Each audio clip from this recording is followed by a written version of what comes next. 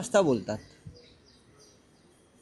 प्रधानमंत्री एरवी 8 वाजता, त्यांचं 8 ही धक्का देण्याची वेळ आहे देशाला. मग काल 5 वाजता का बोलले?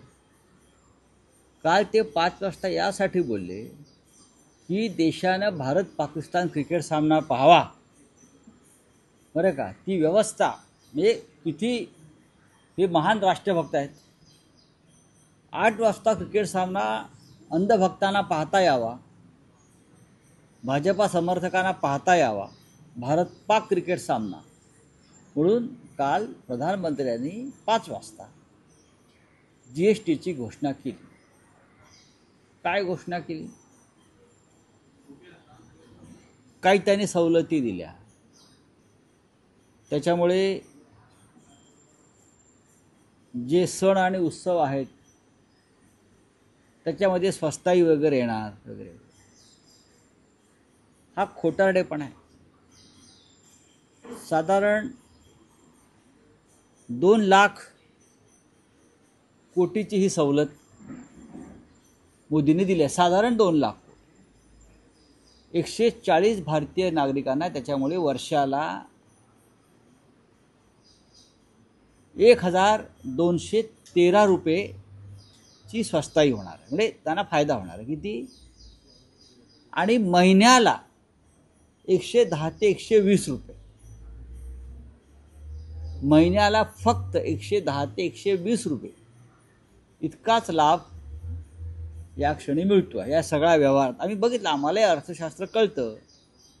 हे सगळं करण्यापेक्षा नरेंद्र मोदीने आमचे 15-15 लाख रुपये आम्हाला दिले असते तर ते अधिक सोयीचं ठरलं असतं. हे मूर्ख बनवण्याचे धंदे आहेत. 5 वाजता GSTच्या सवलतीची घोषणा केली. 8 वाजता क्रिकेट मॅच त्यांना पाहायची होती सगळ्यांना, मोदींसह स्वतः. काल स्वतः जय शहा मुंबईत होते अशी माझी माहिती आहे. BCCIची निवडणूक होती, त्या संदर्भातल्या प्रक्रिया त्यांना मुंबईत येऊन पूर्ण करायच्या होत्या. असं मला त्यातलं काय फार इंटरेस्ट नाही. पण काल भारत पाक सामना जो खेळला गेला त्यातले एक चित्र जे प्रसिद्ध झालेलं आहे, शहजादा फरहान नावाचा कोणीतरी क्रिकेटपटू आहे. साहेबजादा म्हणजे आमचे साहेबजादे आणि अमित शहाचे शहजादे एकच आहेत ते. हां, तर या साहेबजादा ना काय साहेबजादा फरहाननं त्याचं अर्धशतक झाल्यावर क्रिकेटच्या मैदानावर AK-47 हातामध्ये घेतल्यासारखी बॅट घेऊन धाड धाड धाड धाड गोळ्या मारतायत अशी जी ॲक्शन केली ती कोणासाठी, का? त्याने दाखवलं की अशाच प्रकारे AK-47चा वापर करून पाकिस्तानी अतिरेक्यांनी पहलगावमध्ये तुमच्या 26 निरपराध लोकांना ठार केलं. हे त्याने प्रतिकात्मकरित्या दाखवलं आणि जय शहासह संपूर्ण भारतीय संघ ते थंडपणे पाहत होता. पहिल्या सामन्यात भारतीय संघाचा कर्णधार, काय त्याचं नाव, सूर्यकुमार यादव, यानं म्हणे पाकिस्तानच्या क्रिकेटच्या कॅप्टनशी शेक हँड केलं नाही, त्याचं काय कौतुक मोठं. मग काल हे कृती केल्यावर सूर्यकुमार यादवनं तो जो कोणी साहेबजादा फरहान आहे ना त्याच्या कंबरड्यात तिथंच लाथ घालायला पाहिजे.